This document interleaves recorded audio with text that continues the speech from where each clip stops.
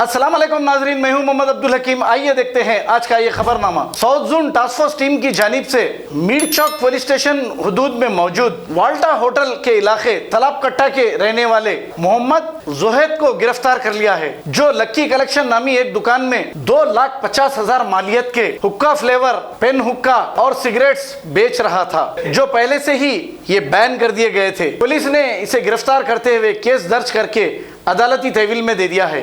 आइए देखते हैं ये रिपोर्ट।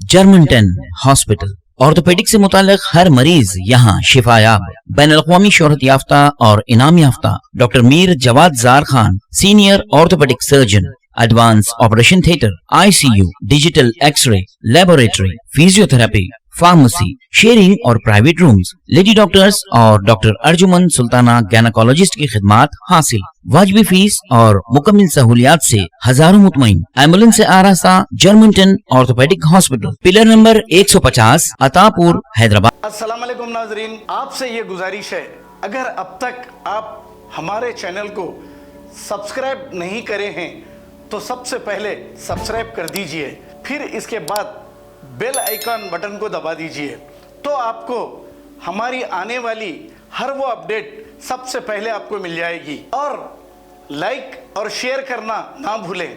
7H न्यूज़, सिर्फ आपकी आवाज़।